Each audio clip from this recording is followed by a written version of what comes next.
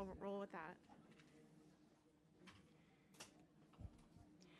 Good evening, everyone. Welcome to the March 13th regular meeting of the Rockville Center Board of Education. Please rise for the Pledge of Allegiance. Pledge allegiance to the flag of the United States of America and to the republic for which it stands, one nation, under God, indivisible, with liberty and justice for all. Thank you. Emergency evacuation exits are on the back on either side. Any correspondence that can be posted has been posted. Opportunity for students. Would anyone like to come up and address the board? We're just all here for fun stuff. Okay. All right. Mr. Gavin, we have recognition of students this evening. We do. We have a full house, and I can't imagine it's because of the budget presentation. But we are so excited to welcome Ms. Mark to the podium to introduce some of our special guests and recognize their outstanding achievements.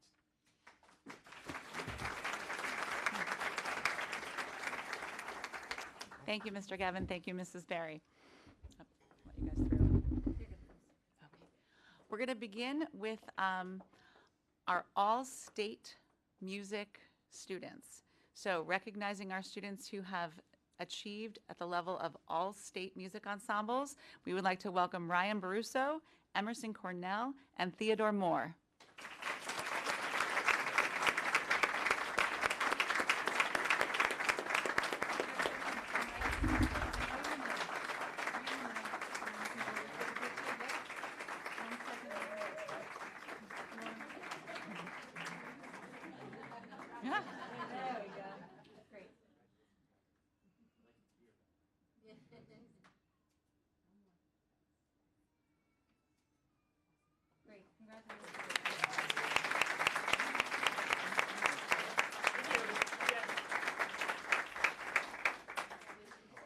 We also have a number of all-county musicians at the elementary level.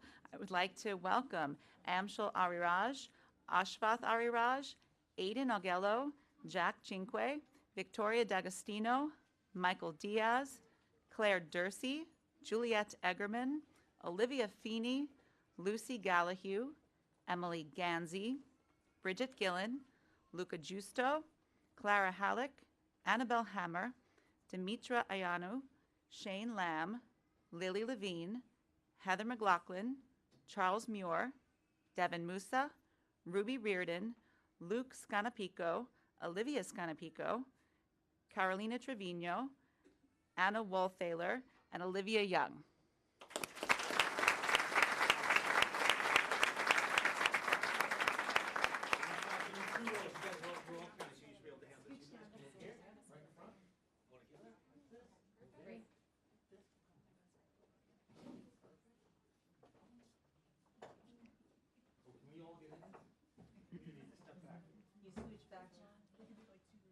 Yeah, can we get a row in the front? There we go. You guys come to the water. Perfect. Perfect. Well done.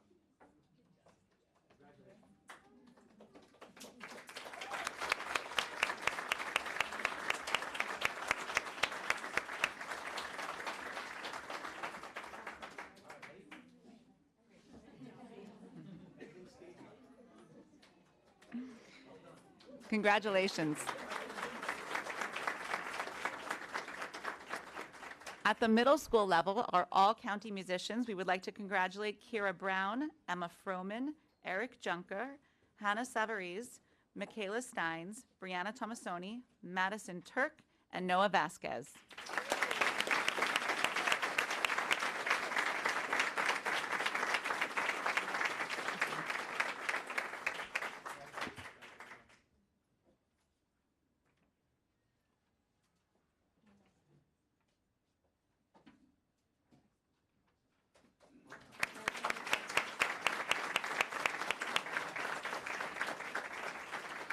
And our all-county musicians at the high school level, Gabriella Amato, Ryan Baruso, Juliana Bergino, Olivia Bergino, Amalia Breen, Megan Chiara, Emerson Cornell, James Herard, Liam Kaplan, Danielle Liu, Helena Miller, McAllister Morris.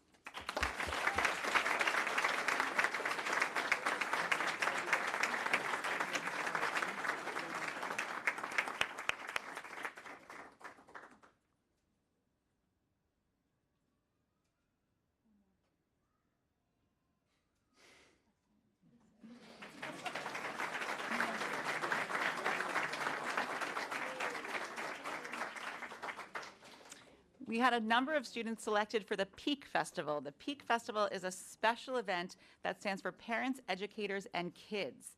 This year, we were represented by Braden Malone, Jared Murphy, Quinn Nathan Bielick, Teresa Royal, Andrew Shilale, and Wesley Sherwood, and Vanessa Weeks.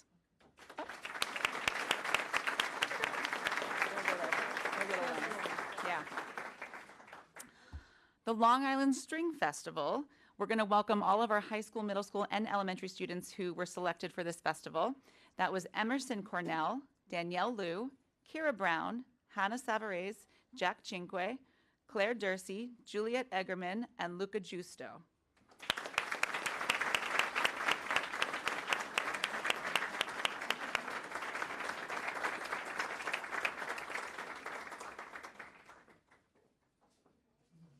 Oh, come on back, Emerson, back again. They can't get around.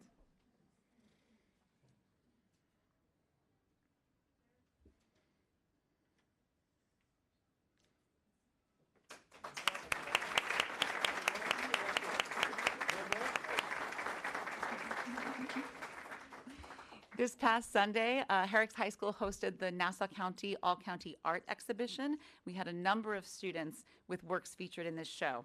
These students were Ryan Arante, Olivia Feeney, Clara Halleck, Addison Harmon, Olivia Hedinger, Callie Egerton, Paloma Gizzo, Patrick Morris, Juliet Pessel, Mark Turno, Damar Tyson, Maeve Britt, Gabriella Gizzo, Melkis Lopez, Elena Mignorance, and Harold Vargas Malena. Oh, yay! Here they come.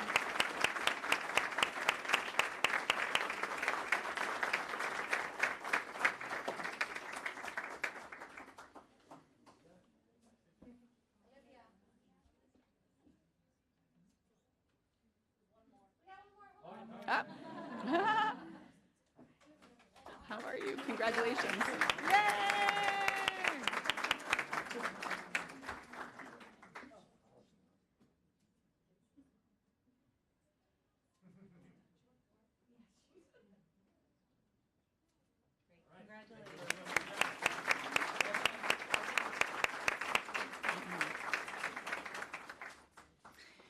We had a number of winners in the Scholastic Art and Writing Awards. These students at the high school level, Eniola Bambagoja, honorable mention, Emerson Cornell, honorable mention, Gabriella Gizzo, silver key, Catherine Harding, honorable mention, Dila Kalem, gold key, Danielle Liu, gold key, silver key, and an honorable mention, Elena Mignorance, 3 gold keys, 3 silver keys, and an honorable mention, Sophia Puccio, gold key, and Daphne Thorne, honorable mention.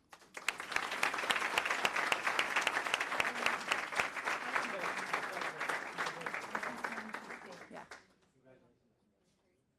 Yeah, don't go anywhere.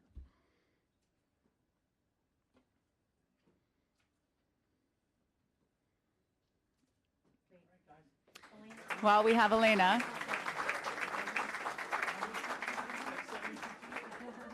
Elena was also recognized as a Long Island Art Alliance Scholar Artist. Congratulations.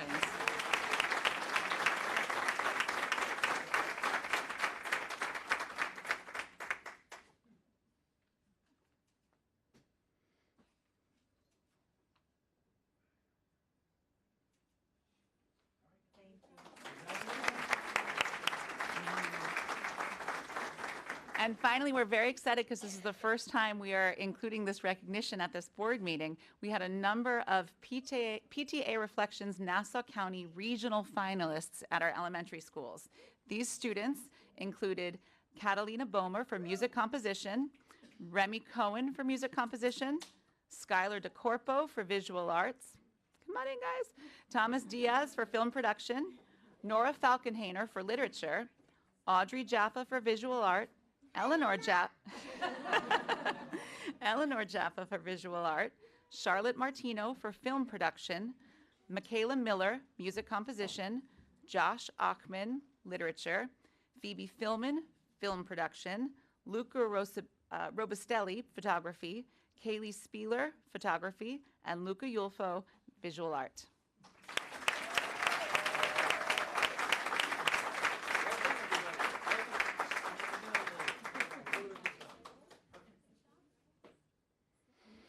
While we're taking a photo, I will share that two of those students, Catalina Bomer and Phoebe Philman, were recently recognized at the state level. That brand new, hot off the press news. So congratulations.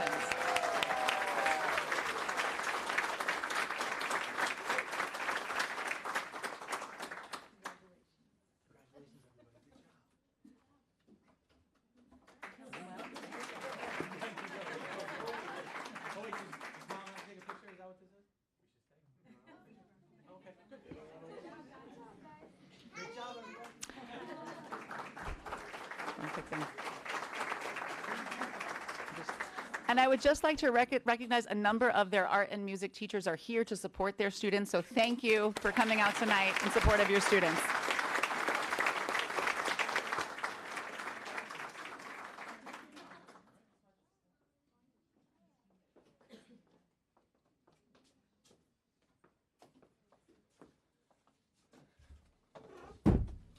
Congratulations to all of our art students and their parents and their teachers. Thank you so much for being here. Yes, you can go. Yes. I didn't want to say that out loud, but yes. Yes. Have a good evening, everybody. Have a good evening. Enjoy. That was short. That was short. Thank you. Appreciate that. Well said. Well said. Yeah. You Have too. a good night. Thank you. Have a good night. Have a good night, guys. That was short. Can he stay?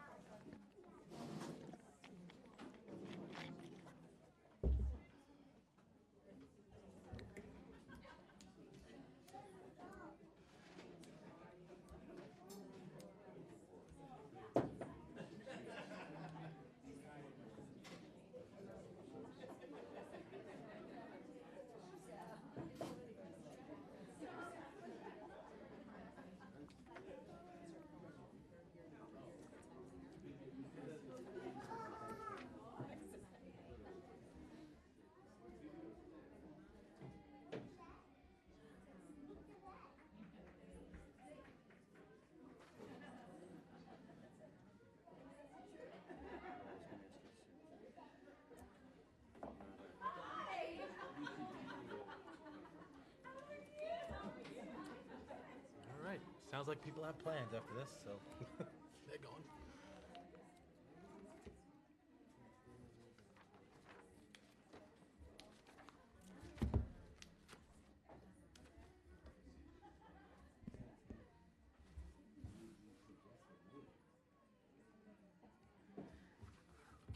Okay, Mr. Gavin, we have two presentations this evening. We're starting with the art and music presentation, I believe.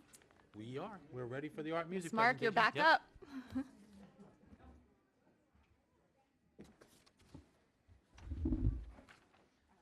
Sorry. Thank you, Mrs. Hackett. Sorry. Where is it? It should be right there, but it's not here. I don't have it on mine. Okay, so, yep. Thanks. Okay. Sorry, we have an acceptance of a gift this evening. Yes, we do, Madam President. We were fortunate enough to receive a gift of 17 tennis rackets and 4 tennis bags to the Southside Middle School from Mr. Larry Dooley to support our tennis program. Okay, thank you. May I have a motion to accept the gift? So moved. Second? Second. All in favor? Aye. Thank you very much. Thank you. Okay, now, Ms. Mark, I think we're ready. Okay. Good evening. Thank you for having me at tonight's meeting. It's hard to believe that it's been only 8 months since assuming this new role as Director of the Arts. One of my first tasks was conducting a full-scale curriculum review for all of our arts courses that would include feedback from teachers, parents, students, and alumni. I am happy to share some of the fruits of these conversations and my resulting recommendations with you tonight. Uh-oh, Mary Lou. In a moment. Okay, you might have to click it for me. Throughout the review process, we wanted to ensure that each recommendation would fall under one of the 3 board goals. At each phase, we asked ourselves, how can we offer programming that fully supports the growth of our students with respect to the taxpayers? Are we offering the best opportunities for our students and ensuring positive outcomes for our graduates? What are the needs in our local and surrounding community, and how can we fill those needs? Thanks. Throughout our committee work, we created a vision for the arts in our schools to cultivate creative, empathetic, and informed citizens through a comprehensive arts education that empowers students to express themselves, connect with their communities, and appreciate the beauty and diversity of the human experience. This statement, along with the board's goals, guided our work. What do our teachers say? We have strong foundations. Kindergarten art and music are valued and impacting success throughout elementary school and beyond. The addition of Art 6 to the curriculum is a positive development, expanding arts education access. The Greenhouse Art program is recognized as an excellent addition. There is evidence of our students thriving and looking forward to art every afternoon. This is a huge draw for some of our students who sometimes struggle with attendance. The all-district concerts, 2 of which were just over the last 2 nights, they provide valuable performance opportunities for our students. These district-wide events showcase the continuum of music instruction and foster a sense of community. Some noted areas of success. Talent abounds. Our teachers truly believe in the inherent artistic potential within the student body. Teachers express enthusiasm for their work and the potential of their students. They genuinely believe that the work they share each day is having a positive influence on our students and our community. Teachers do feel appreciated by parents and community members. This demonstrates the value placed on arts education within the RVC community and the commitment of educators to providing quality arts education for our students. Now, some potential areas of growth were identified by our teachers. We know that every student, regardless of background or ability, deserves equal access to high quality arts education. We want to address this by taking a holistic approach to our scheduling and offering guidance to parents. We know that for a variety of reasons, there are often constraints on a student's schedule. The teachers and I are available to support all parents and students so that the best choices can be made. In order to offer a robust and well-supported arts education curriculum, we need dedicated planning time for arts teachers and ongoing professional development opportunities. These efforts will ensure teachers have the resources and support they need to succeed. Arts education is deeply integrated and valued right here in Rockville Center through strong community partnerships that showcase student work. We need to further foster a shared understanding of the importance of arts education within the district. We want to continue to expand opportunities for parents to gain the knowledge needed to help their students make the best choice for their own educational needs. We want to continue to make sure that all teachers have access to the resources they need in dedicated teaching spaces. Our parents. The woman in the picture was just here. I wish she could still see it. Now, you're going to see a lot of alignment between what our teachers reported and how our parents perceive our programs. So I won't dwell on the same concepts. But just to point out one area of concern, there is a strong sense of a need for change, for growth, for evolution of our programs. I couldn't agree more, and you'll see my recommendations that are a direct response to this feedback in just a little bit. Our students. I was heartened by the insightful comments that came from our students of all ages. From their perspectives, this is what arts classes can foster. Many students highlighted strong relationships with their teachers. These teachers were described as supportive, inspiring, and created a positive learning environment. Students valued classes that helped them develop new skills, improve existing ones, and explore their creativity. Students find meaning in the social aspects of their arts classes, mentioning friendships formed, a sense of community, and the collaborative nature of the learning experience. Students also cited a connection to service learning opportunities like those that were shared at your last board meeting. Students appreciated classes that allowed them to express themselves creatively, explore their passions, and find joy in the artistic process. Some students emphasized how their arts classes helped them develop valuable life skills, such as communication, teamwork, discipline, and critical thinking. Now, I'm not going to read all of these, but I had to include them for the board members and our public to see. They're available on board docs, but they're really incredible. And they just showcase that our students are clearly thriving and they feel valued, seen, and supported. I mean the all caps. Come on. Come on. What do our alumni say? Now, based on the alumni responses, our arts program has had a profoundly positive effect on students' lives. Here are some key takeaways. Personal growth. The arts program helps students develop their self-confidence, communication, collaboration, and leadership skills. It provided a space for self-expression and exploration, fostering a sense of identity and passion. The program helped prepare students for college-level arts courses and careers. Strong foundations were built in music production, performance, technical theater, and visual arts. The arts program instilled valuable skills like discipline, teamwork, and critical thinking that benefit students in all aspects of life. Participation in the arts program fostered strong friendships and a sense of belonging. And the program cultivated a lifelong love for the arts, inspiring some alumni to pursue careers in the arts and others to become lifelong patrons. Our alumni were generous with their suggestions for program enhancement.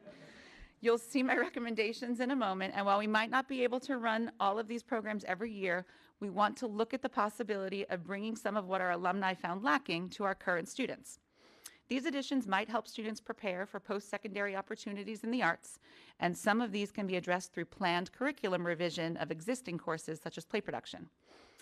Another theme we saw across all stakeholders was access for students with disabilities. For many students, we know their connection to school is through the arts. That said, we recognize that students sometimes need to make choices regarding current graduation requirements. I personally have mentored many students and parents who are navigating their course selection in the arts, and I encourage parents to reach out so that we can help them make informed choices for their students. Sometimes a child's path to success is through the arts, and we never want to see that blocked. Finally, my recommendations. So, curriculum instruction. We are thrilled to be offering new courses next year: Unified Theater, IB Dance, and Intro to Fashion Design.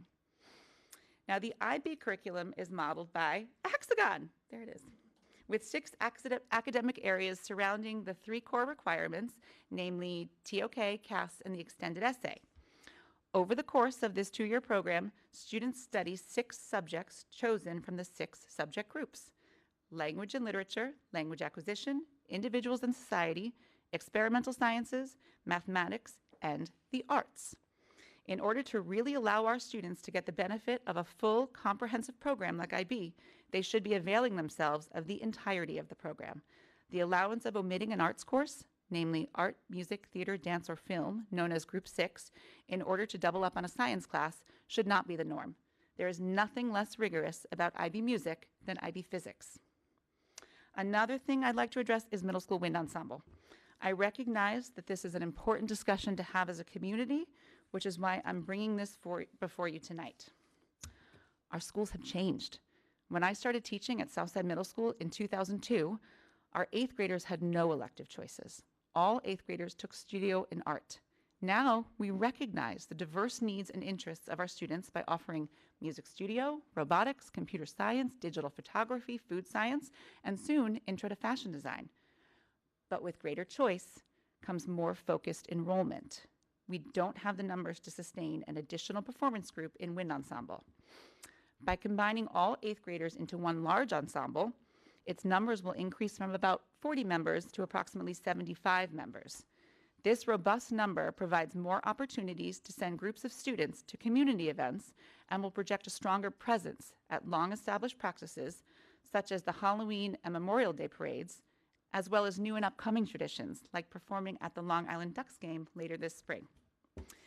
By providing a solid foundation in grade-level ensembles and small group instruction, we will build community and foster a sense of momentum that propels the entire group to the next grade level. Grade-level ensembles that collaborate over multiple years build camaraderie and teamwork among members. Larger ensembles offer more choice in musical repertoire and a stronger sense of achievement at the middle level. Additionally, students will be better prepared for advanced musical pursuits in high school. Now, as an all-state adjudicator, one of the skills assessed when a student performs an all-state audition is musical leadership. Does this student exhibit leadership qualities? This means that a student musician has the advanced ability to non-verbally control phrasing, tempo, and articulation to the rest of their section while watching the conductor and simultaneously reading their music. By funneling all of the advanced students into one ensemble, we remove them from an environment in which they can cultivate these skills. We are currently not creating leaders. We are cultivating competitors and followers. Additionally, I plan to institute small group lessons for all choral students in grades 6 through 8 to address a gap in grade 6 music instruction requirements. Expand instrumental lessons to our RISE students, and I've planned for summer curriculum revisions for orchestra grades 4 through 12, music studio, theater arts, IB theater, and play production. My extracurricular recommendations are included here. I'll provide some insight into the middle school theater suggestion. This would allow middle school students to have more opportunities. Right now, we're forcing kids to make a choice of after-school commitments too early in their middle school careers, which I don't think is the best for our developing students. We want to have a progressive approach where they have the time and space to learn and develop theater skills. Shifting the performance timeline allows us to offer fewer weekly rehearsals over a longer period of time, allowing students the freedom to participate in other clubs or activities or simply have some downtime. Moving the middle school show from May to February also opens up a month that is already packed with sometimes conflicting events. Professional development is crucial. As a teacher, there were professional development sessions that left me energized and excited to bring something new to my classroom. Others didn't always apply to me. Our arts teachers need targeted arts-focused professional development, as well as dedicated time for planning and vertical alignment. We have already begun instituting some of these opportunities in the current school year, and feedback has been positive. Our next session in April will focus on supporting inclusive language and practices in arts education. Here are some of my recommendations regarding our community engagement. We want to continue our existing relationships with community organizations as well as forge new ones. These partnerships will enhance opportunities for teachers and students alike. Financial and budgetary oversight. We are reviewing our vendor relationships as we approach ordering for 25-26. We are especially looking at family and consumer science food purchasing in order to be more cost-effective and eliminate food waste. We have an impressive inventory of musical instruments, which are a great asset to our district. We want to utilize this strength more efficiently and hopefully reduce rental needs. Now, the move to a single format show for the middle school theater that I mentioned earlier not only supports our students, but it also allows us to comply more easily with new purchasing deadlines. Now, with regard to all of our theater productions, we want to utilize our surrounding community and create a consortium of theater educators in order to share props, sets, costumes, and so on. All right. Now, these are just some of the initiatives I'm continuing to explore for implementation beyond the next school year. For example, I want to examine ways to increase the frequency of art instruction while staying in the confines of a budget that sometimes has to manage increased costs, which we don't control. I understand that some of these goals are big, but as part of this review process, I asked our teachers to imagine and vision and just dream. What would I love? A new inclusive kitchen to support our family and consumer science classes at the middle school. What's really on my vision board? To revamp that high school auditorium into a state-of-the-art performing arts center that could be a beacon for the entire community. I want to thank you for allowing me to conduct this review and to share my recommendations with you tonight. For anyone who is not following Arts RVC on Instagram, please do. It is a joyful place. Thank you so much.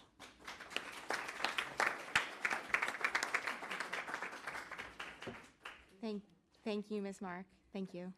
Comments and questions from the board?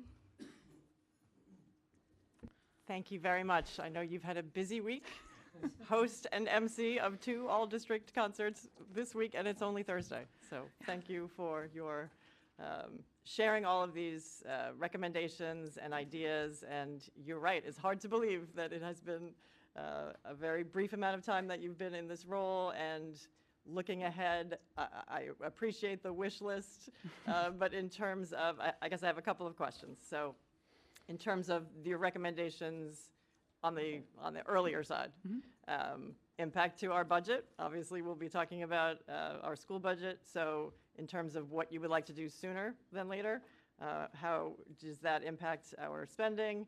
And in terms of, what was my other question? Community partnerships and engagement. Is there a way, because the all-district concerts are so wonderful and our musical is so fabulous, how can we expand our audience? How can we get out to the community and make sure that they are attending our concerts, whether or not they have students in our school buildings? How can we, is that something we can put out to our alumni and to your teachers to brainstorm ways to expand that community partnership? I'm thrilled you asked. The Instagram account is a first step. And we have around 800 followers, which isn't a tremendous amount, but it's growing every day. And every time we have a concert, I try to plug it, and then I get a swish of new followers of alumni, community members, different business organizations in the community. And we always talk about our concerts and events that are happening. More specifically, our high school drama guild, they are working hard at getting the word out for Newsies. They have reached out to the public library, and they have set up a table in the children's library area and the teen library area to give resources and books about the historical context of the show. We are working with our 7th graders to try to get them in to see a preview because they study that text in their 7th grade ELA classes. And our sponsors of the arts are helping our students in Drama Guild to really get the word out this year. We're going at a level that we never have before, so we're really excited to see what results that yields. Great. And my earlier question about the budget. So just thank in you. terms of the short term, how much is it going to cost? So for all of the recommendations that I'm proposing next year, everything can be done with the existing staff we have. There would be no increase in costs.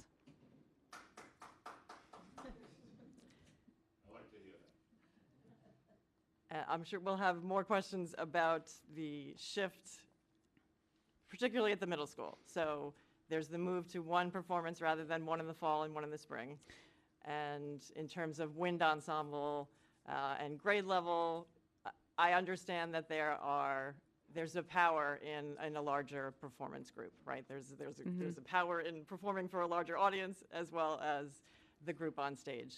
How can we make sure that we're going to maintain participation and keep kids excited about staying in that grade level performance group? So as someone who taught grade level orchestras for 18 years at the middle school, I never had an issue with retention. In fact, my numbers exceeded that of the band when I was ending my middle school time. There's something magical about keeping that grade level together. They become a family, they become a community, they don't compete with one another, they support one another. And for middle school, I think that that's the appropriate course. It's currently not considered best practices to track students in music ensembles at the middle level. It's not done elsewhere.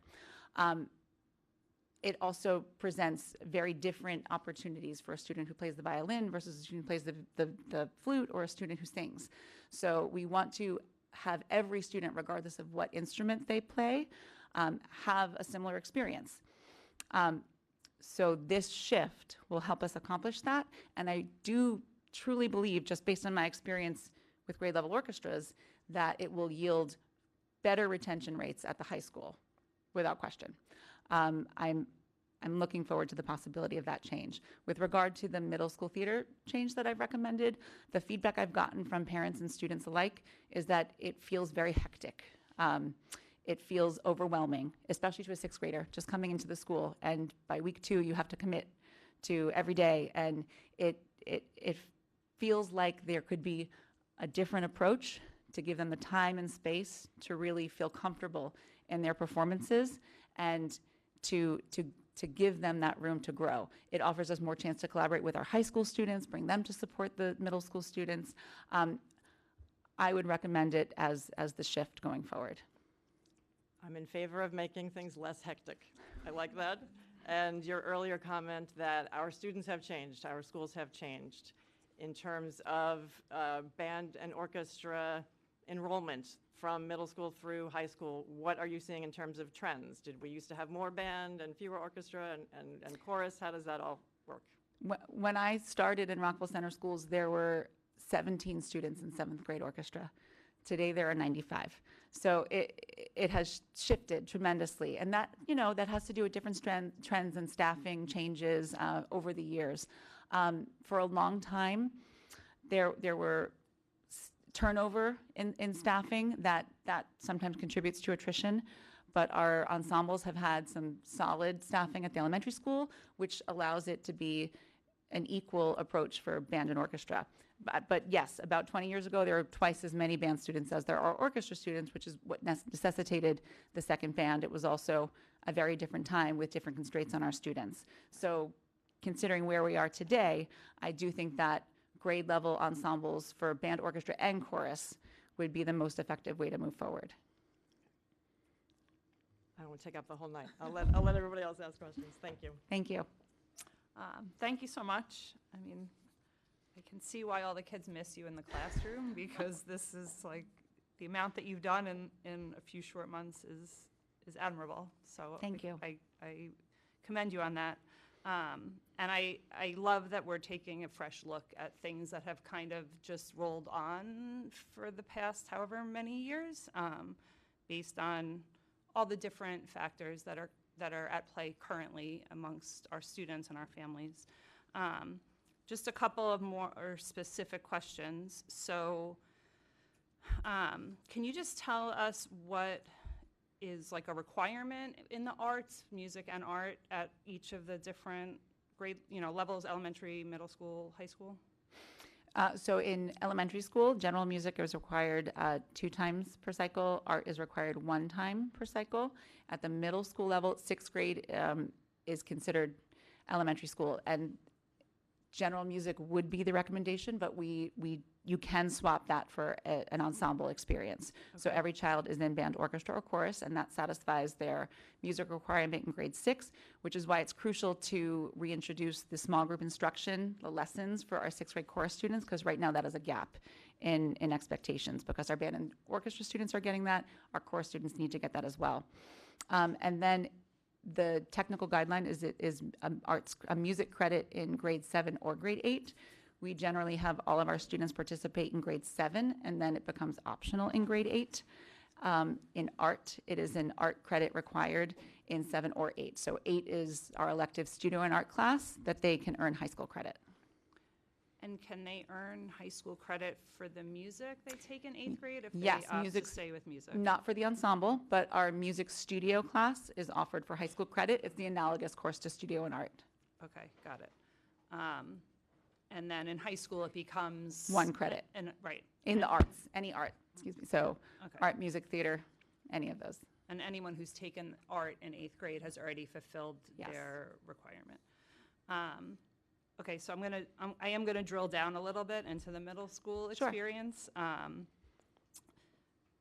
Having now watched 2 kids go through the process and been at multiple concerts, I feel like the middle school chorus over time becomes challenging, to say the least, for the teachers, and the performances are not, like, I feel like to speak totally frankly, I think we have kids in there that are not perhaps that serious about music. I thought that they had to take it. In grade 7, right. they do, yeah. But I think a lot of kids are sticking with it in grade 8, perhaps. Do you have any insight as to why so many kids are sticking with chorus, and if they're really enjoying the experience, I guess would be my question. Well, if they're sticking with it in grade 8 and they're not required to, I do think that's an indication that they're enjoying the experience. I think that Mrs. Lagutis is a magical person who runs a really fun inspiring class. I observed her recently, and it was right after the Super Bowl, and they were ranking all the national anthem performers throughout time, and it was just really fun. And she also gets them to sing really incredible music. Middle schoolers, as you know, Right. exhibit their admiration in funny ways. So,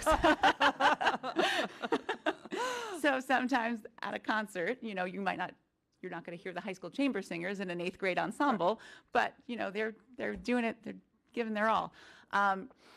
With regard to 7th grade chorus, that is required, and I have noticed trends where some students say, well, I don't want to be in band and I don't want to be in orchestra, I guess I have to be in chorus. So that is something that we are dealing with and our teachers have expressed frustration with. I would welcome the opportunity to explore an alternative course, but I would want to make sure that there's support for that. Yeah, I mean, just even considering what options there might be, because the thing that I find funny is kids love music. Yeah. You know, they listen to music all the time. They always have their, you know, AirPods in and like, but somehow for some kids the connection is there and for some it isn't. So if we could explore that down the road, I think that would be worth doing. I absolutely agree with you. And that would involve some staffing changes and perhaps increases, which is why I didn't throw it out so soon for next year. But if you want to give me the green light, I will very happily dive into that. I don't know if I can. Someone tells me to go, I go. Okay, to stick at the middle school for a second, I am going to also just ask about a little bit more about the wind ensemble. So I appreciate the understanding I now have of the thought process. My question is, so currently what we have is we have wind ensemble during the day, and then the after-school ensembles are chorale, right? Chorale and jazz band. Mm-hmm. And so if we add an after-school orchestra option, will the jazz band be available to all band students? Like any instrument can play in the jazz band if they want that additional experience? We can make the jazz band accessible to any instrument. It's also a really wonderful opportunity for, let's say, a flute player to begin doubling on saxophone. But if you look at different jazz genres, there's more than just big band, which is what we tend to focus on. Okay. You know, there's Dixieland. There's many different niche areas of jazz that we can explore to include more instruments like flute and clarinet that we don't traditionally see in the jazz bands that we've been putting on. So that expansion is possible. And like I said, the doubling of instruments, which is an amazing skill as they get older. When you come see Newsies, you'll see a student playing 4 different instruments in the pit. And that's from learning those skills in jazz band. Right, and just even seeing most of the junior and senior musicians that are sticking with music, they are multi-instrumental Yes. players. So one of my concerns was if we were going to lose some of the kids that are looking for that extra experience. That's good to know. My other question, given that we've just seen all the all-district concerts happening, what does that look like? So at the band concert, wind ensemble performed as the middle school element. So what does that look like next year with no wind ensemble? It would look just like the orchestra concert has looked for many, many years. So the 8th grade orchestra is the ensemble that performs at the middle level at all district. And traditionally, I would, and now Miss Ng, she invites 7th graders who would like to join them. So the students who are advanced can level up and play with the 8th graders at the all district concert, just as the 5th and 6th graders played together, and then the high school ensemble. Great. I love the fact that you're trying to connect the Newsies show to the 7th grade social studies curriculum. It's fantastic. And just my last comment, so I appreciate your comments about the holistic approach to scheduling and trying to engage parents more in the conversation about how arts can fit into a demanding schedule as kids, progress. So as much as we can do, I think whether it's the fine arts or music, that's such a lovely break in everybody's day for a lot of reasons. It lets them be creative. It lets them just take a breather for a few minutes and do something really enjoyable. I think it builds connection and communication. So the more we can do with connecting with parents on that, I think the better. So thank you. Thank you. I know you have been here a lot longer than you've been the director, but I agree with Mrs. Gruner. It has been, a short time, and there's a lot of great things in here. So I'm just going to start with my comments on the expansion of all the programs is amazing. I love the inclusivity. I'm really excited about the unified programs coming for art and for theater. I think those are amazing. So what I love to think about is when I was in high school, if any of this was available to any of us, we would maybe have chosen different paths or careers. And so I appreciate so much the choices that we've ingrained into the district philosophy, and it really shows itself in the arts. So as somebody who always loved everything about everything you're offering, I appreciate this now, just watching our students be able to choose all of these things. So thank you for that. I think it's changed the culture, and I think our district is really known as a premier district of the arts, and I appreciate that you've not only kept that going, but are enhancing and growing it and elevating it. So it makes me proud. It really, really does. So I start there, and I was like working backwards. Went off, starting backwards. We're talking about graduation and seals now, and so I'm wondering if you've put thought into how you would kind of conceptualize seals that apply to the arts, and how they can be interdisciplinary. Because what I'm hearing here is our students are talented in so many realms. We saw some of the same kids coming around and around, and I loved that. It was music, it was art, it was writing, it was all the things. And then what we didn't capture here is how many of those students are involved in something else outside of the arts that they're on our teams. They are in robotics or DECA, excelling in foreign language. So we know our students are interdisciplinary students. They're being availed that curriculum option to do that. So when we think about SEALs, I would love to know your thoughts about how do we create something that people can not just be a music student or an art student or a writer, but feel that they've graduated with, a repertoire of our arts and been able to avail themselves to the most things that we offer. So I have been thinking about that a lot, and one of the things I mentioned that actually plays into that is the adoption of the full IB hexagon. Getting that IB diploma as a full IB candidate with that Group 6 class, that's what makes you a truly well-rounded interdisciplinary student. Right now, most of our students are lacking that Group 6 experience, and the feedback I get against taking those Group 6 classes is, oh, but they're not as good at that. It's like, well, we don't only do things we're good at, that's how we learn. So I really would like to encourage that the exemplar becomes a student who takes a class from each area, all of our 6 groups, not a student who doesn't embrace Group 6 and only sticks to science. Because I think that there's a way of thinking in the arts, as you mentioned, that will benefit every scientist and will benefit every mathematician. And I think that it's something we already have in place that we're not fully utilizing. I love that. I really appreciate that. And I think that our students have better chances getting into fields and colleges that they want to go to when they are well-rounded. This is what we hear from every admissions counselor. They're looking for the well-rounded student. And this offers them opportunities to be a scientist and be an artist at the same time.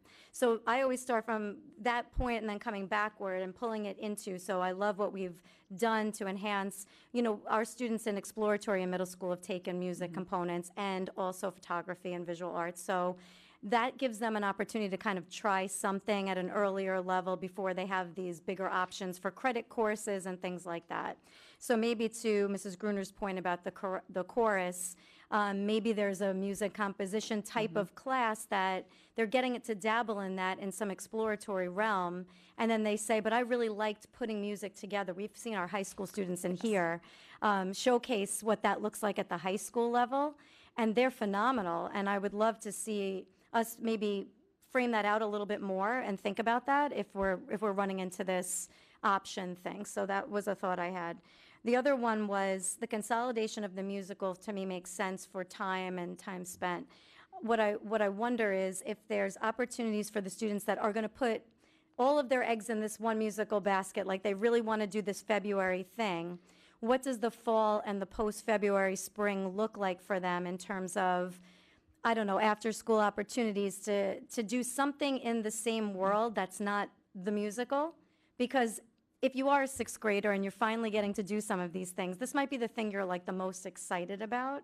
And maybe you're not a sports kid, or maybe you're not a fall sports kid, or robotics isn't available to you yet. I don't know. I'm just thinking out loud about like, how do we keep the continuum going so that there's still something for them on either end of the musical? Absolutely. And the idea is not that theater would end or only begin in, December. It would continue the whole year. This year, we just started a Southside Middle School Drama Guild to try to mirror the format at the high school. Okay. So the idea is then that after, performances aren't everything. We tell our music students that Yeah. also. The work that we do and the skills we learn, that is the class and that is the experience. The performance is amazing, yes, and we learn so much from that as well. But after the February performance, the idea is that the Drama Guild would continue meeting and developing theater skills, playing theater games, perhaps reaching out to the elementary schools as they do their spring plays, maybe connecting with the high school as they do their musical. So it just allows us a lot more flexibility and room to be creative and collaborative.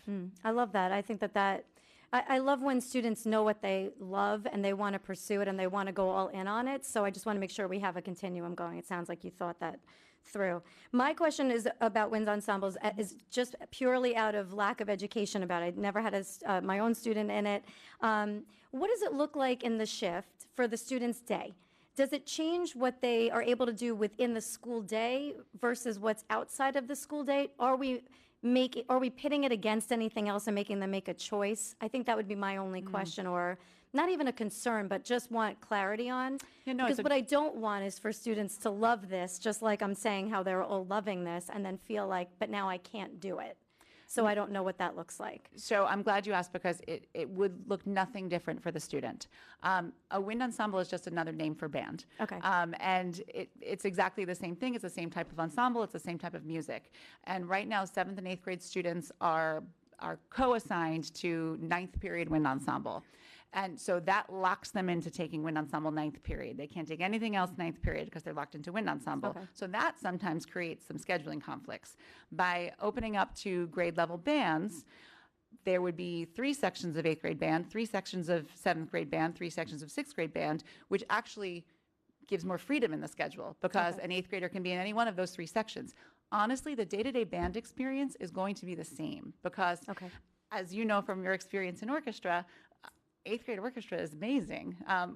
They perform at, if I do say so myself. Yeah, they are. They're great. They perform at a very high level. And, for years when we would take them to competitions, they performed music at the same repertoire level as the wind ensemble as a non-selective group. Okay. I needed the clarity on what it looked like. I understand the concept of what you want to do and how you want to make it elite and, elevated. I just wasn't sure if it was putting students in positions to have to make choices that now they have conflict. So thank you for clarifying that. And I really do appreciate all the voices you brought to the table on this, because I think for a true review, that's what you need. It's not a singular idea, it's a collection of ideas, and the alumni coming back and giving their perspective, I think, is fantastic. I love their wish list personally. And that's why, with some of these opportunities for growth, we could maybe dabble in a little bit more set design here and there, or this drama guild can maybe take their off period of time where they're not on the musical, but maybe explore one of these topics as a pilot. It's just an idea, but we have so many interested people at the table. We can maybe see what we can make a case for in the future. And I also want to just echo your comment about the students' voices in terms of, we saw how it played out with dance. We had students in here by droves of students that wanted us to pursue an after-school dance program. Now we have IB Dance added to the table. So it just does show that those student voices are being heard and they matter. And so thank you for listening to them, because they could speak as loudly as they like, but if they're not heard, it doesn't matter. So I appreciate it, and I'm really excited for what's to come for our students. So, and I also want the auditorium redone, like ASAP. Thank you. Thank you. Sorry, I get excited about that. Thank you. Thank you, Mrs. Mark. This was really excellent. You can tell a lot of work was put into it, and I really appreciate the thinking and the community that was behind putting this presentation together, so thank you. Thanks. I feel like a lot of what I'm going to say has already been said, but I'll just say it again, because why not? I think one of my favorite parts about this presentation is the focus on inclusivity, that we're really bringing in all of our Rockville Center students Unified Theater, giving instrumental instruction for RISE students, adding an after-school option for orchestra to match what has existed in chorus and band, showing that orchestra is just as important as those other two, and then expanding access to chorale for sixth graders. I also love the junior tri-M. Like, as when we had the sports presentation, we have to have our children from the youngest age seeing themselves as musicians, as elite artists, you know, as you would in sports. And I think that's a really great addition for kids to be able to step in and say and acknowledge, like, I am good at this, and this can be my future or my pathway. I also love the addition of the older kids coming back in that same way of showing that I went through the same pathway as you, this is where I am, and I'm here to help you, just fostering that community and the connection between our schools. I also love the connection to the curriculum. On the way here, I was dropping my son off. My daughter was with me, who is in 7th grade, and we happened to be passing Hewitt, and she saw the sign in the ground, and she's like, Mom, we need to go see this. I'm learning about this in school. And I was like, I'm glad you paid attention. But, I mean, I think that's really a great way. No, I'm serious. A really great way to get kids to come, and even having those conversations. Like, I'm not sure how far in advance you plan, you know, what your plays are, what music is even being played, but if teachers knew, like, oh, you know, the band concert, they're playing music from this period, and then even just integrating that to really build that motivation for students to want to go. So I thought that was great. It's relevant to what they're doing, so that was great. I share some of your wishes with art 2 times a cycle. I think I've asked for this for the last 4 years. You know, you're looking at it, and students are really getting art 36 times a year, which it's not enough. So let's schedule that in for the budget next year. I'm super appreciative that we finally got art into the 6th grade and exploratory. I would like to see it more than a quarter of the year. I just think it has to be there. It has to be accessible for those students who that is their passion, or for students who didn't even know it was their passion, and then they're able to pick that up and run with it. One of my other wishes, which wasn't on the list, but I would also love to explore moving forward, is a marching band and color guard. I think it's really evident, again, we're at athletic contests, and these other schools have these things. And for some students, you know, who are in our schools who look at that and want that, we're not offering it, they might choose to go to other high schools because, again, that's their passion. It would just be nice to have those programs so that we're truly competitive with our surrounding high schools. I guess the only real, questions or concerns were, similar to Mrs. Hackett with the middle school going from 2 to 1. I know theater is a community, and the kids get very attached to that community. So it's nice to hear that they'll still have access to the Drama Guild.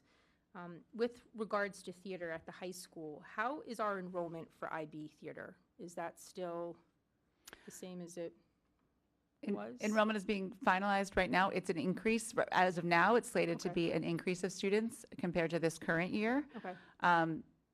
Yeah, I'm meeting with Dr. Walsh on Monday to determine sections and start talking about scheduling. So I look forward to that. But there is an upswing. Great. Yeah, the theater, it's really so impressive. I was not raised like as a theater student, and I know very little about it, but the shows that I've been to have absolutely blown me away. Like Matilda, that was incredible. So it's nice to see that students have access to that level of rigor within school for learning, and that we have the staff who's really able to teach our students and put on those productions. They're phenomenal. So I don't really have anything else aside from thank you. The arts are so important, and I'm glad, bless you, just really glad that we have such a strong program and that there's such great vision for moving the program forward. So thank you. Thank you. Thank you so much, Ms. Mark. Thank you for everything. Great job. Thank you so much. Okay, Mr. Gavin, we have a second presentation this evening, budget. We do, just when you thought it was over. We have our second budget presentation this evening. Ms. Rehack will lead us through the second presentation, which we do each year. Again, as we know, as we step into budget season, while we don't have all of our numbers finalized, we are trying to coalesce around those numbers, and Ms. Rehack will lead us through each of those components. Okay. Good evening. So we're going to start with going over our budget schedule again, our budget summary. I'll give a slight update from what changed since the last time, the last presentation. go over the budget program components for this presentation, a comparison of them, which includes the instructional administration and improvement budget, the instructional budget, the special education budget, and the pupil personnel services budget. Also, a copy of tonight's presentation and previous presentations are all available on the website, the district website, and so is the full proposed budget where it stands right now. So our budget schedule, where we are today, right now, we're March 13th. We're at the budget discussion for curriculum and PPS. The tax cap was due on March 1st. That was filed timely with OSC. The last time we met, our tax cap calculation was at 2.61%. I did update some numbers for our share of BOCES capital expenditures, and it did increase to 2.62% after taking into account that slight change. We are still proposing a tax levy increase of 2.6%, which is within the cap. So, and then tonight we're here for curriculum and PPS. On March 27th, we'll meet for music and arts and phys ed and athletics. And then on April 10th will be the preliminary budget hearing, which is the last opportunity for changes. And then May 8th will be the formal budget hearing. And then May 20th, our annual election and budget vote. So where are we right now on the budget? Our budget currently stands at $139,889,187. That is a 1.63% increase budget to budget. That's reduced from the last time we met. Before it was at 1.92%. We did reduce that on the revenue side. The appropriated fund balance we brought down from $2.8 million to $2.4 million. And then on the expenditure side, there were a few things we did. One of the things, we were able to convert some of our model school days to offset our Kid Oyo platform to reduce that cost through BOCES, so that was a significant amount of savings for that program. We also analyze our staffing and retirements. This is something we always do. We always analyze every year to see if we can strategically reduce personnel without reducing program. Of course, this can potentially impact class size or things like that. So for example, you can have a class with 16 students that now may be 18 or 19. So when we do this analysis, we're also looking to see if it's reasonable, and if it's reasonable, then it may be something we do. So it's also respectful to our taxpayers without being overstaffed in the district. And we'll look at retirements as a place to see if we need to fill that position or not. So that's where we'll look to potentially get those savings. And we look at this across the board at all levels. So that's something we did, and also had a few reductions in the proposed budget from the last time we met. Our tax levy is at $109,240,000, which is 2.6%, as I just said, under the 2.62% tax cap. So here's just a comparison of the program components that we're going to go over tonight in the budget. The instructional administration, you'll see we're projecting an increase of $15,910, which is 0.34%. In instruction, we're projecting a decrease of $307,000, and that's related to those things I just mentioned, which is a 0.71% decrease. Special education, we're projecting an increase of about $140,000, and that's a 0.74% increase. And then pupil personnel services, an increase of $164,000 at 3.03%. And I'll go into that in a little more detail. Overall, our instructional administration and improvement budget is $4,649,976. This is 3.32% of the overall budget. As I said on the previous slide, it's about roughly a $16,000 increase, or 0.34%. This includes our curriculum development and supervision. That's the assistant sup for curriculum and instructions office, directors, the academic facilitators, conferences, workshops for that office, our school supervision, which is principals, assistant principals, IB coordination, the building offices, their clerical, school supervision, special school supervision, which includes the summer school principal, the director of community ed. It also includes our community survey, Our in-service staff development, which within that we have our new teacher institute, and I say new, it's not that new. I know we implemented it a couple years ago, but we're continuing that. The curriculum writing, my learning plan, and we're always looking to use our internal resources to drive professional development and enhance our programs. So that's something we see in this budget as well. Overall, for this area of the budget, we have no significant changes other than contractual increases, which are offset by some breakage due to prior year retirements. In the instruction part of the budget, this is the largest portion of our budget. It makes up 30.89% of the overall budget. It's $43,205,728. We're projecting a decrease in this area of roughly $307,000 or 0.71%. This includes all our teaching staff, teachers, teachers' assistants, teacher aides, permanent subs. It includes our building clerical staff, our building equipment and supplies, our rental space. We have rental space at Greenhouse for the high school and the synagogue for Wilson. Some dues and membership. We have IB dues and memberships, Math Olympiads, ASCD, the Association for Supervision and Curriculum Development. It includes our charter schools. We're currently budgeted for 9 students in charter schools, which is the same amount we have in the current year. We are not projecting an increase in that. Our textbooks for our private and parochial students, as we provide the textbooks for all of those students as well. Our BOCES programs for instruction, which are our Arts in Motion, Ashokan. So those programs are aidable, and we partner with the PTAs on most of those programs. That includes all our student assemblies in the elementary schools, some of our dancing classrooms, shows, trips, challenge day at the middle school, some of our theatrical costumes and production rights at the middle school and high school is included in that. We did include 2 contingencies in teaching staff. As we know, enrollment is still ongoing, and we're looking at that closely to see how many sections we're going to have, especially with attrition, what's going out and what's coming into each of the schools. We have decreases, as I already mentioned, related to retirements and breakage. Any new programs or changes in programs would be done with our current staff. Our increases include, we are seeing increases in our Arts in Motion and student assemblies and things like that. So on that line item, we are seeing an increase in expenditures. We have been doing much more in the schools, especially after the pandemic. When everyone was coming back together, you did see a big uptick in these programs.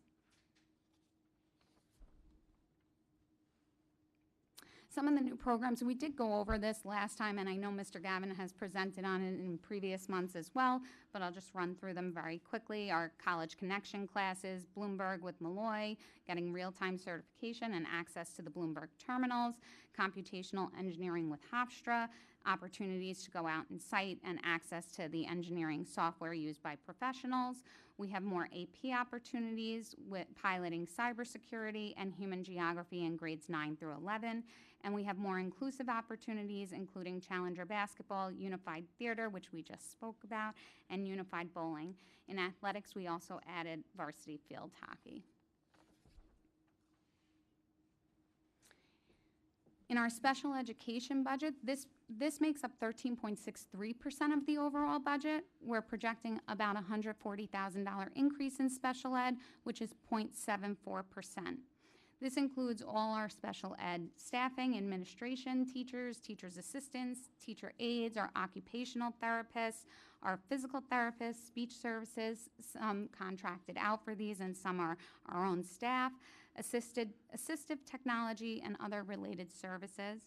It also includes our equipment, textbooks, and supplies for students with disabilities, and also our private school and BOCES tuition for any students that we place out of district for students with disabilities.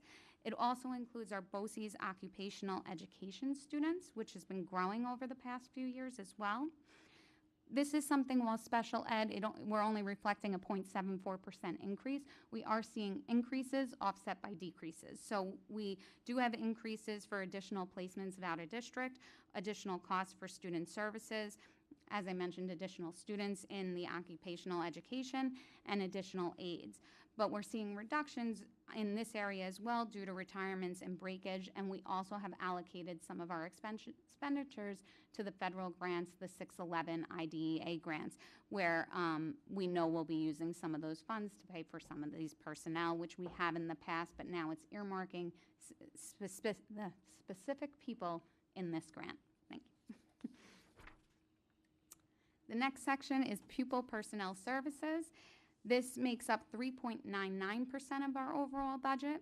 We are projecting a $164,000 increase, which is 3.03%.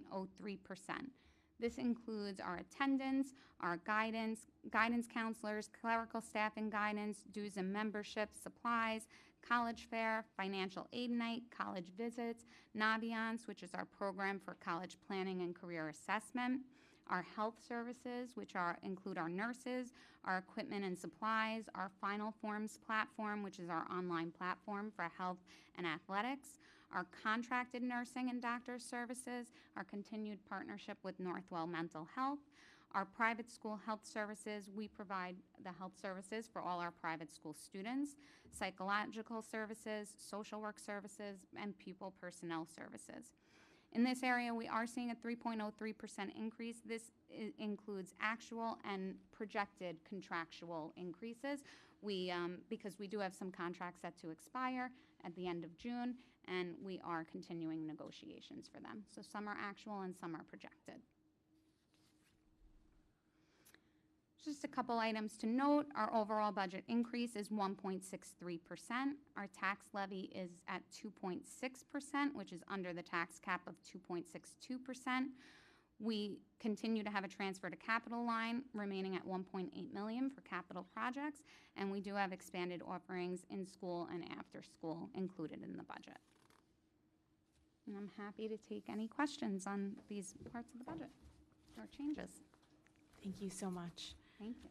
Question and comments from the board? Thank you. As we said last time, it's somewhat of a moving target. So thank you for identifying the 2.62 as the current target and the 1.63% budget increase. In terms of what we're hearing from other districts very nearby to us who are facing enormous budget gaps and the likelihood or potential of closing schools, we are not in that position.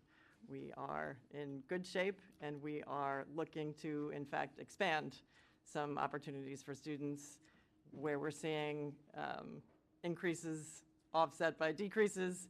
In terms of the foundation aid, have there been any changes to that? And could you, I know we touched on this in our last discussion, you mentioned the wealth ratio as being part of that foundation aid formula.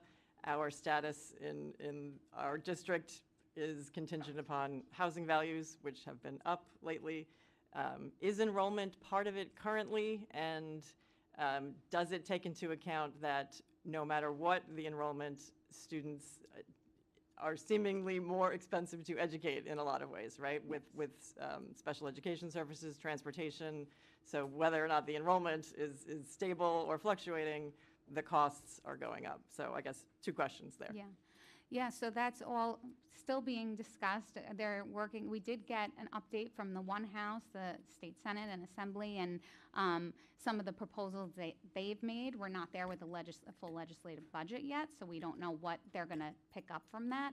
But one of the things that they did put forth was increasing the minimum foundation aid. So we were one of the districts that got the minimum.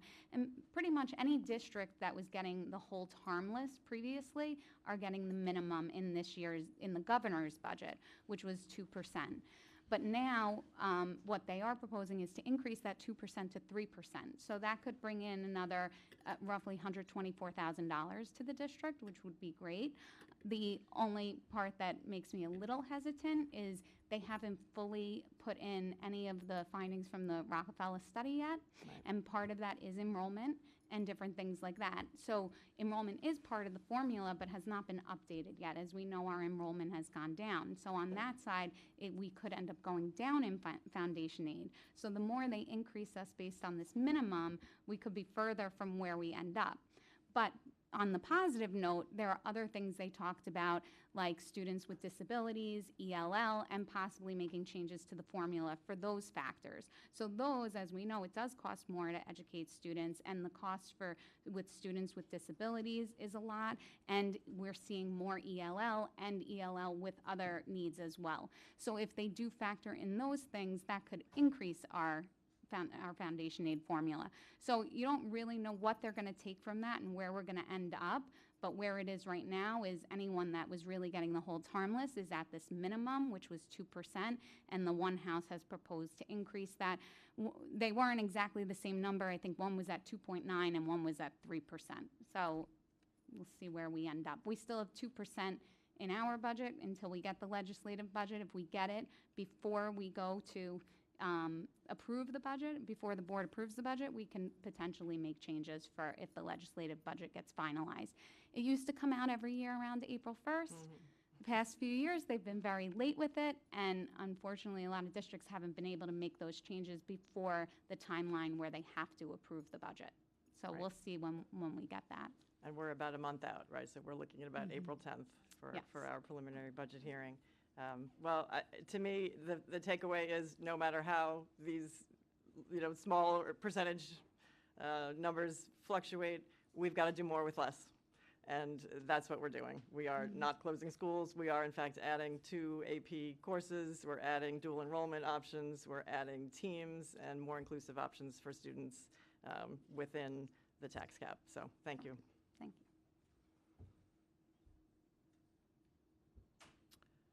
I'm just going to echo Dr. Downing and say, I think it's getting harder to do more with less, but we're making it work. I don't have a lot of questions.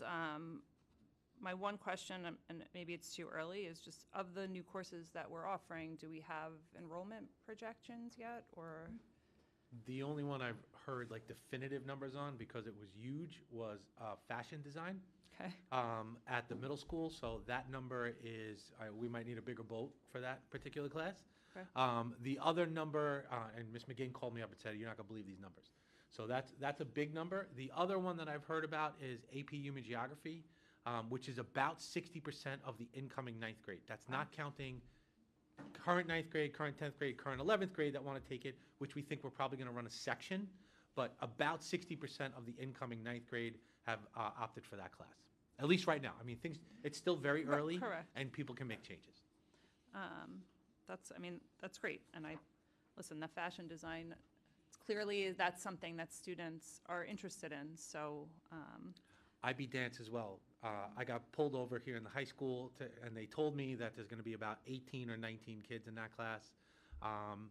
Again, still fluctuating, but the young ladies I was speaking to were super excited about it. Which is fantastic.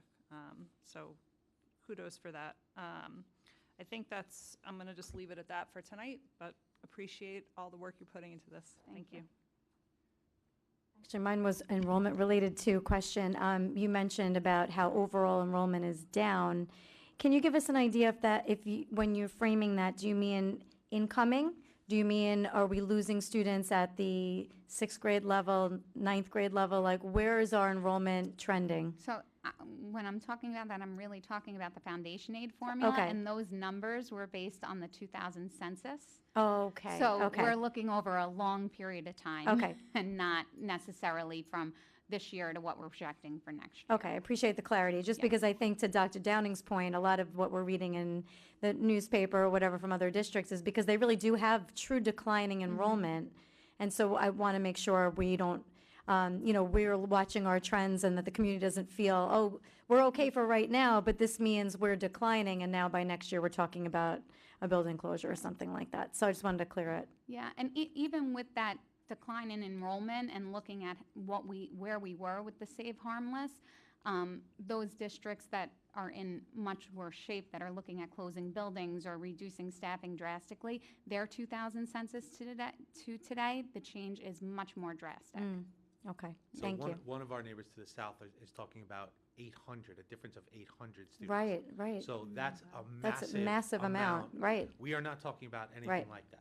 So even when you're talking about the change point 6th and 9th grade, we're still anticipating actually keeping a few more of our kids this year coming. I mean, it's still early, but keeping a few more of our kids from 8th grade to 9th grade. And I think some of our course offerings and some of the athletic offerings and stuff that we've been putting together are really drawing our kids. And the one bit of conversation that we started last year was, how are the high school and the middle school working together to make sure people understand the opportunities that they take in 7th and 8th grade and how they fit to 9th grade. And that robust communication, which has gone through the guidance office and all the different departments, the high school people go down and recruit. You saw Katie Mark here. She is the #1 recruiter for music and art. She will go down. She talks to the kids. She will actually call parents and say, you can still take lunch and art when they get up to the high school. So that's about communicating what the options are to parents and then talking through what's best for their child. And so that's really why we did the 10th grade guidance meetings.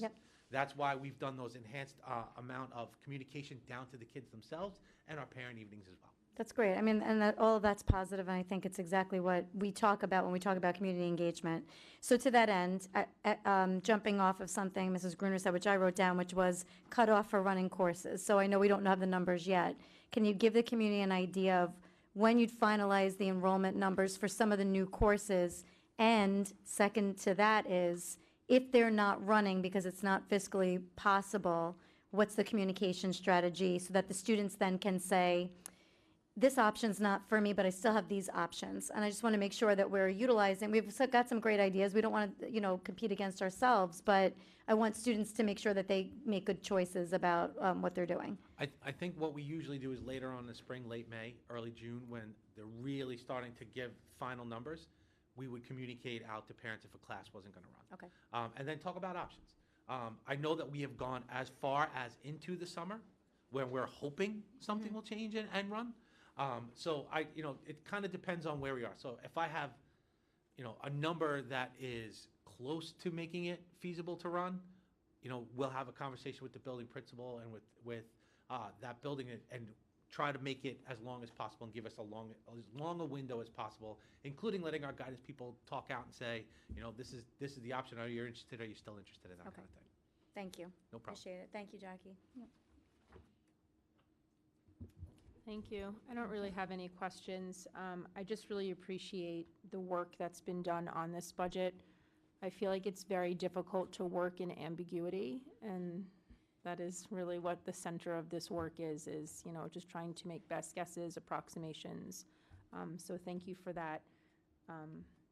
That's really it. Thank you. Can I ask? Yeah, of course. You mentioned the Northwell mental health as part of what we're paying for, which we contracted now like several years ago, right? Before me, so at least 2 years before me, I think, yeah.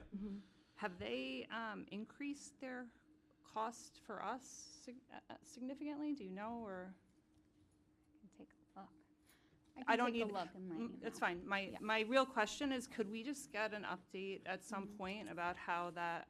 I think it's a great service. We haven't really talked about it in a number of years. So if we could just get an update on like how that's going, that would be great. We usually get a data presentation that kind of talks about the number of referrals and visits. So right after we get that, which if I'm remembering correctly, was like May of last year. Yeah. So I can certainly include that in the superintendent's report. Absolutely. That'd be great. Thank you. Okay. Thank you so much. Turning to items for discussion and policies. At stage 1, we have several policies tonight at stage 1. 1219, ex officio student board member. So this is, I know we're going to, I think, hold this for, I'm going to ask you to explain why, right? Is this Sure. different? We're not holding this? I can explain this. Okay, Yeah, all right. so I think this serves two ends, right? Yeah. So we've been talking tonight how we value student voice.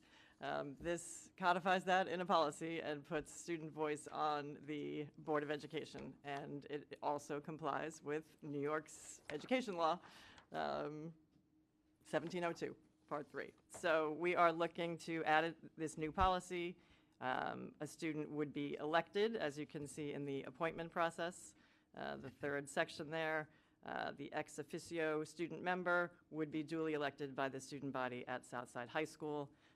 A student Board of Ed member would be invited to sit with the board during our meetings, they would not bear responsibility to vote on things or see financial or other difficult and, private sort of communications, but this is an ex officio opportunity for students to have a leadership opportunity and to bring that student voice in a direct way to our Board of Ed. We would not expect them to come to our July and August meetings, but they would be invested, as we reorganize at the beginning of the summer. Thank you, Dr. Downing. The board had some options and some latitude in terms of how we would go about asking the student or selecting the student, and we felt it was important for the student government and the student body to make that choice. Mr. Gavin, you've had discussions with Dr. Walsh, I believe, and they're prepared to. Yep. I talked about it with Dr. Walsh, and he's meeting with student government to talk about this as part of their election process, which usually happens in May. So this will be another office for somebody to run for. We didn't want to just put it on the student body president because that student is usually very, very busy. So we want to make sure that a lot of our students get an opportunity for leadership to understand what civics is all about and public participation in civics. Great. We look forward to the process unfolding and to meeting our first student board member. So as you review, obviously it's a new policy, so Yeah. if there are any comments, questions, wording changes, Yeah. Any comments or questions tonight for stage one? Okay to move this to stage two? Okay, thank you. 5560, we have allegations of fraud, stage one. right. So as you have said in prior meetings, we've been looking through our policy manual for policies that we need to review from time to time to both be in compliance as well as to make sure that we are following our own policies. And this seems like an important one to raise with a lot of discussions about identifying fraud, waste, and abuse. So clearly in our policy and actively enforced, we have a very clear chain of accountability. Any individual who has reason to believe, as you can see in the first paragraph, that there is any financial impropriety, wrongful conduct, has a chain of command in which to report that. There is also, as you can see, whistleblower protection from any liability or retaliation, and a provision for false accusations as well. So just to let our residents know that this is something that has been codified and is enforced, and we are constantly on the lookout for responsible use of our funds. Thank you. Comments or questions on 5560? Okay to move this as well? Okay. 5561, Board Audit Committee. So this, I would say, is probably related and connected to the next one, 5562. 5561 sets up the procedure for the Board of Ed to establish an audit committee.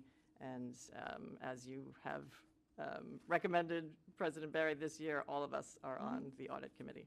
So we file any corrective action plan with New York State, and we identify any areas that need to be addressed. Comments or questions on this one? Okay to move? Okay.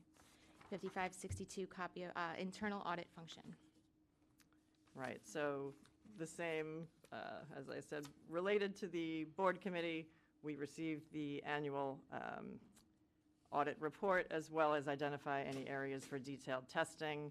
And this is separate, of course, from the claims auditor who monitors and checks every single expense and disbursement that the district pays. And just a couple brief changes. Anything, comments or questions? Okay to move as well? Thank you.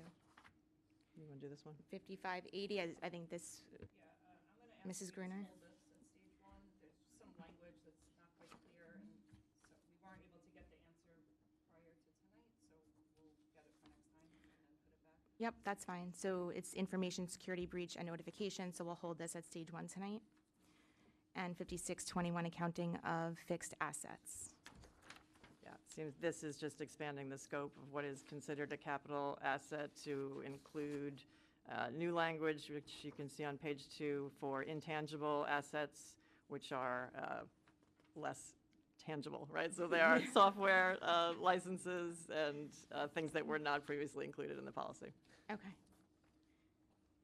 All right, thank you. Okay, comments or questions? Okay to move this? Opportunity for Superintendent, Mr. Gavin. Thank you, President Barry. We've already heard about Newsies a little bit tonight, but I want to remind everyone that the high school spring musical will be Newsies. We are excited to see what our talented students do with this production. The show is April 2nd, 3rd, 4th, and 5th. And if you're not sure, there's a huge sign when you drive in here that you can see exactly when that show is. Literally, you can't miss it. You can see it from space. Challenger Basketball, I want to give a shout out to our high school teachers and coaches that have worked with Patrick McGuire to set up the Challenger Basketball League and our participation in that league. We had a senior day on Tuesday, and it was great to send off our seniors and their families in style. It was a great win for the Cyclones.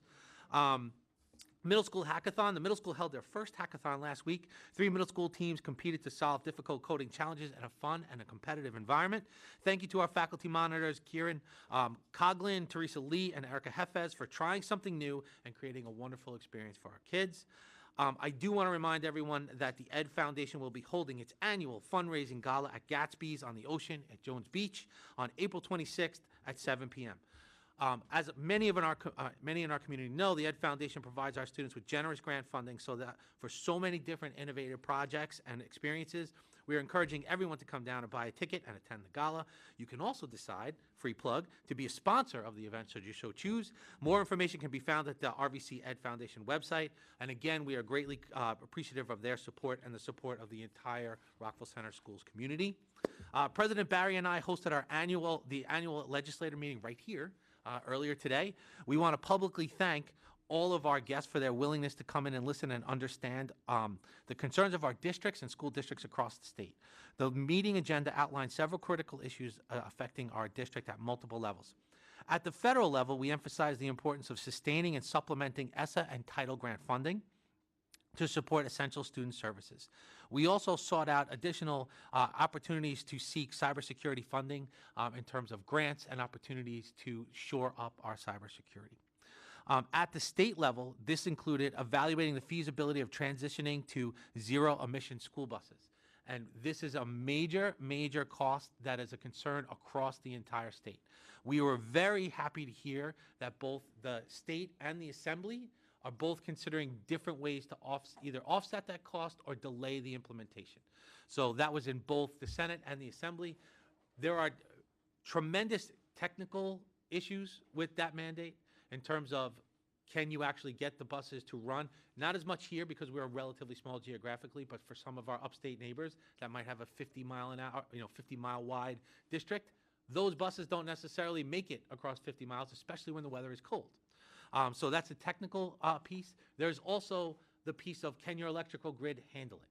So we are fortunate here that we have our own grid, but they're around us. They have other difficult technical issues, including some feasibility studies that have been done by neighboring districts where scaling up the electrical grid would be problematic in specific areas. And then finally, the last challenge with the buses for us particularly is the space. Right, so we are a contracted busing we contract our busing out, and that anticipation of the zero-emission buses has led to a tremendous increase in costs all across the island.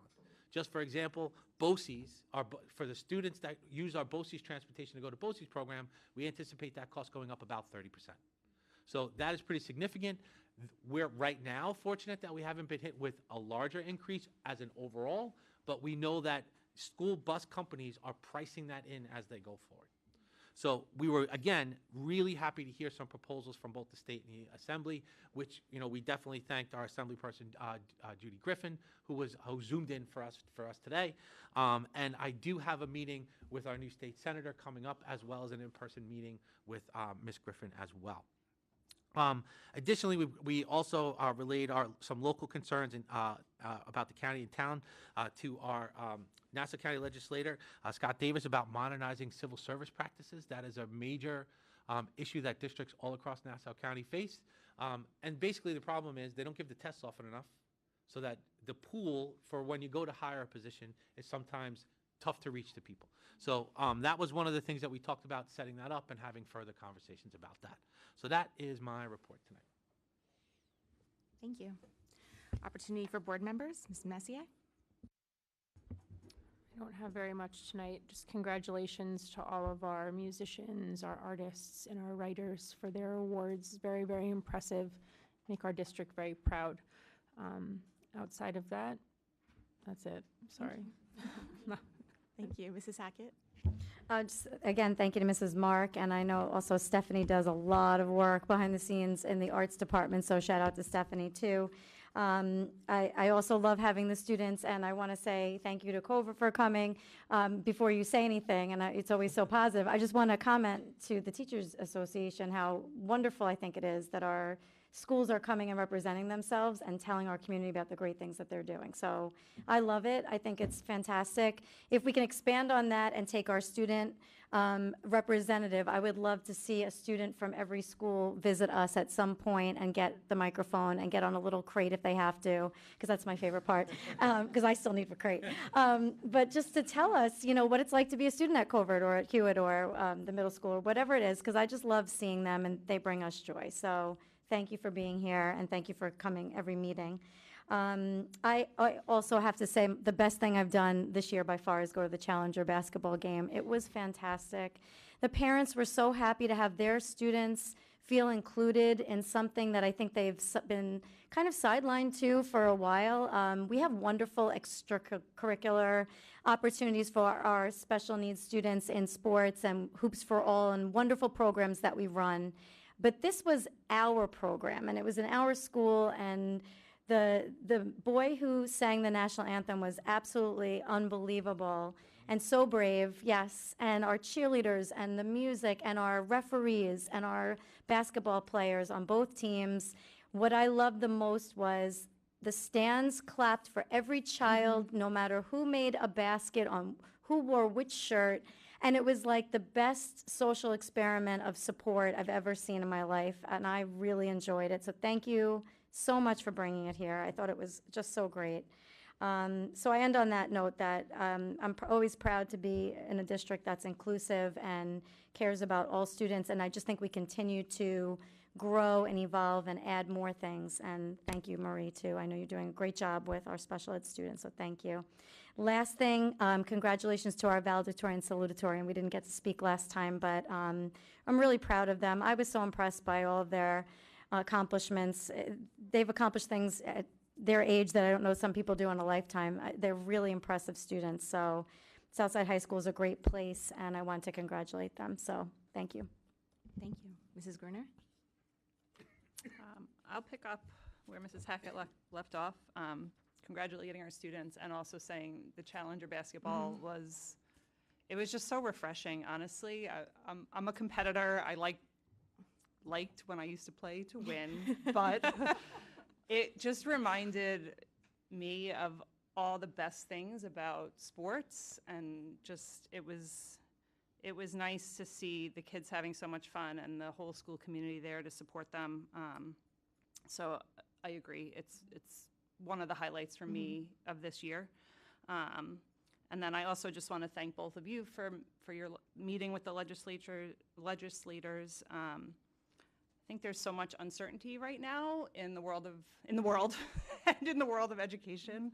But I think the local is what we can control, and I think that's really important to try to just get our voice heard and make the impact real, like put faces to the people that are being impacted. So building those relationships is really important. So thank you for doing that.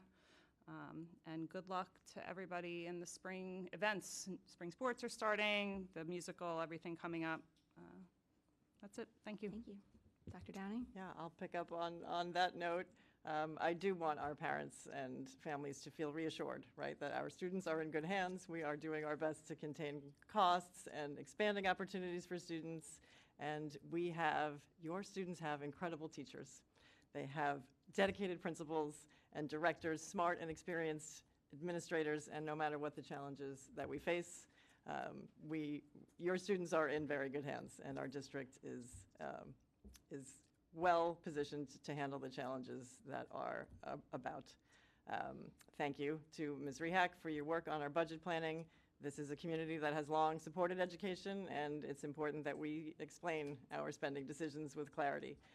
Thank you to Ms. Mark for the presentation tonight, and congratulations to all of the students who came through for your creativity and your courage, really, to put your art out into the world. It's not easy to make a drawing or a painting or a sculpture or a photograph or a poem, and it's so important to keep doing your art, so know that it's valued and appreciated. Thank you. Thank you. Thank you again to everyone, all of our students that were honored tonight and both presentations. Looking forward to the remainder of spring. Opportunity for visitors. The public is reminded to address questions or remarks to the board through its president. It's requested to refrain from making any direct references to students or staff members that could be considered critical of their performance or their character. Such references to individual students or staff members are inappropriate in a public forum and should instead be conducted in private conversation with appropriate members of the staff. The public is asked to state their name and address, and please limit their time to 3 minutes. Good evening. I'm Melanie Rubin, a very proud teacher from Covert School. At Covert, things have been very exciting and enriching, and I'd like to share some quick highlights from each grade level and program. Kindergartners have been learning about weather and animals, practicing how to tap out and write words, and working on decomposing numbers and solving math word problems. Our first graders recently collaborated with Bricks for Kids thanks to a grant from the Rockville Center Ed Foundation. They worked in partners to build motorized Lego airplanes while following step-by-step instructions, and we're looking forward to more Bricks for Kids in the coming months. They've also been writing personal narratives and diving into passion projects, exploring topics that excite them. In literacy, they've been mastering vowel teams and closed syllables and foundations, while in math, they've been tackling word problems through station work. Our second graders celebrated President's Day with a sing-along at the Sandell Center, where they sang patriotic songs with seniors and presented their research on each song's history. They are also preparing for their spring play, Bada Bing, It's Spring, which they'll be performing in May. In our special classes, students have been building pre-vocational skills by sorting and folding clothes, participating in hands-on science experiments, and working with best buddies and backyard players to prepare baskets for local mothers and babies in need. Third graders have been corresponding with students at the HELP school in Uganda, sharing photos and learning about schools around the world. They're also preparing for their recorder performance at the spring concert. Fourth graders have been participating in book clubs, exploring kindness and empathy through literature, and taking part in hands-on learning with Benner's Farm. Our fourth and fifth grade orchestra students are also rehearsing for the spring concert, attending early morning practices and all-district rehearsals. Recently, our fifth graders had the very big honor of meeting Holocaust survivor Marion Lazan, a powerful and meaningful experience for all. They've also been studying the solar system and strengthening their math skills with fractions and decimals. School-wide, our Covert Encodables tied for first at the Rockville Center Hackathon and are preparing to compete at the Nassau County Hackathon. Yay! In physical education, we hosted the first ever Wide World of Sports Night, where students rotated through Olympic-themed stations, minute-to-win-it challenges, and bingo, Olympic bingo. In PE classes, grades 3 to 5 have been building volleyball skills, while K-2 students focused on striking. Our E&L department invited all 4th and 5th grade students to participate in recess soccer during the fall, with plans to continue the program in the spring. That's just a glimpse into the wonderful things happening at Covert. For more details and photos and updates, follow us on Instagram. Please scan this QR code. We thank the board and administration for your ongoing support of our students, staff, and programs. Thank you. Thank you. Everyone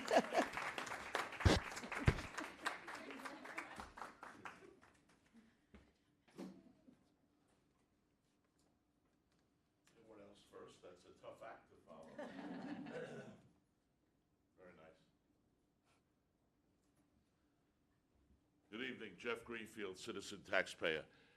I want to thank you very much for first budget presentation that I sat through. I wrote down, in my 56 years here, I never heard any assistant administrator for business affairs say, we're respectful to the taxpayers. Employee of the month for that, or the year. So now my questions. I'll read them off in order so I don't have a problem with the time limit, and hopefully I'll get answers. No particular order. Are we dependent upon federal aid from the Education Department, which may or may not materialize, even if it comes through New York State? How much? How much do we spend on tuition to charter schools? It's been in the news lately. The greenhouse space, we were looking for new space that's in the basement and not in the best of neighborhoods, even if that the neighbor got a little bit better with a fence put around it. And busing, that's another favorite topic of mine. We got the perfect facility. This is new for you. We have the perfect facility. We have the former MISBA, former nice bus garage. Nice is the name, but they're not so nice to deal with. And that was a federal grant, and it can only be used as a bus garage. So we should form a consortium. And if we're worried about electric buses, I think CNG would also fill it. And there's already CNG stationed there. It was paid for by the federal government, $35 million.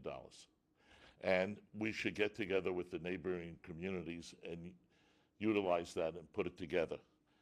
I never knew this law ex officio for students. I'd like to see a law ex officio for alum and someone that's been going to meetings for 56 years. But I won't come to every meeting, just once in a while. Then last, one of my favorite topics. I know we don't have Doge here, but I got to ask this question again, and whenever I ask it, it's always too late because the budget is set in stone.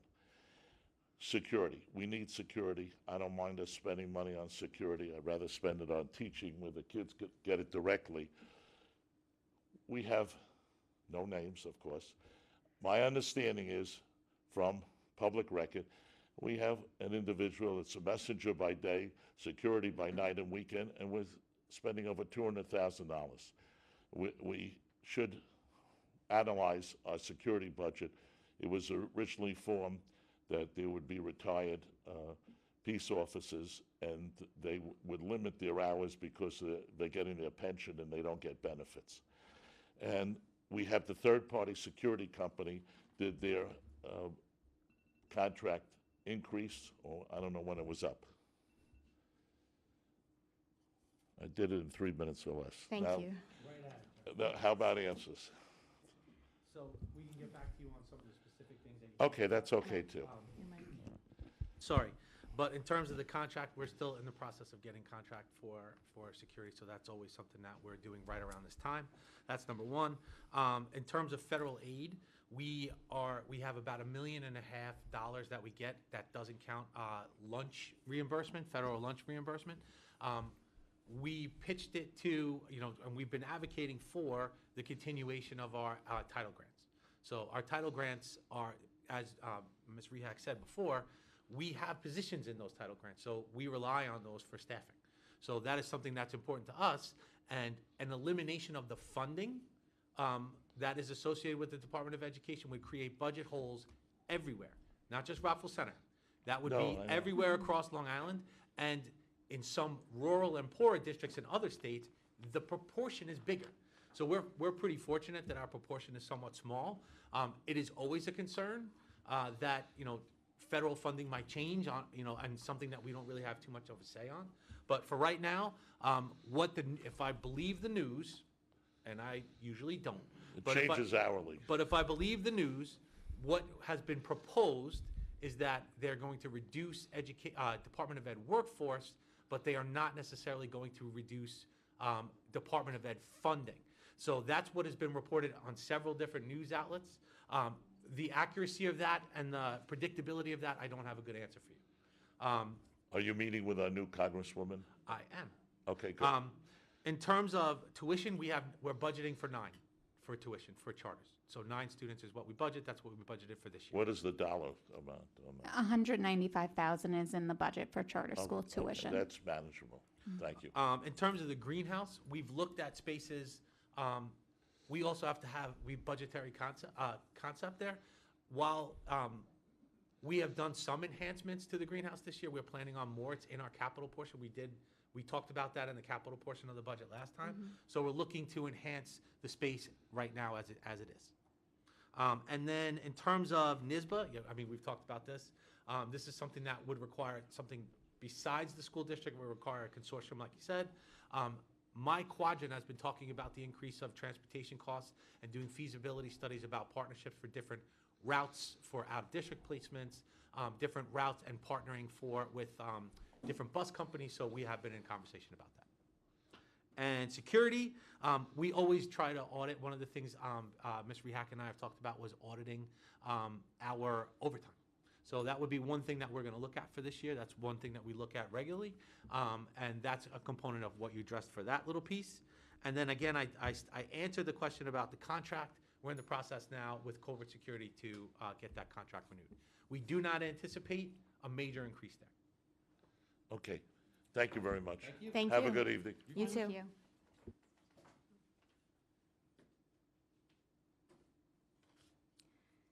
Okay, can I have a motion to approve items for action N1 through Q10? So moved. Second? Any questions? All in favor? Aye. Can I have a motion to adjourn? So moved. Second? Any questions? All in favor? Aye. The next meeting is March 27th, and that will be a public work session. Thank you, everybody.